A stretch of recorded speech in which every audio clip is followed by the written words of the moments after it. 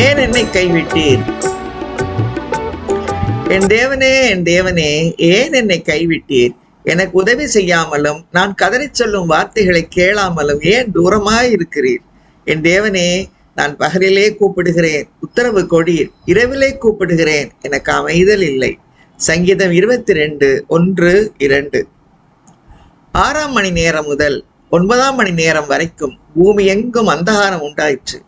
9ஆம் மணி நேரத்தில் இயேசு ஏலி ஏலி லாமா சபக்தானி என்று மிகுந்த சத்தமிட்டு கூப்பிட்டார். அதற்கு என் தேவனே, ஏன் என்னை கைவிட்டீர் என்று அர்த்தமாம். மத்தேயு 27:45-46.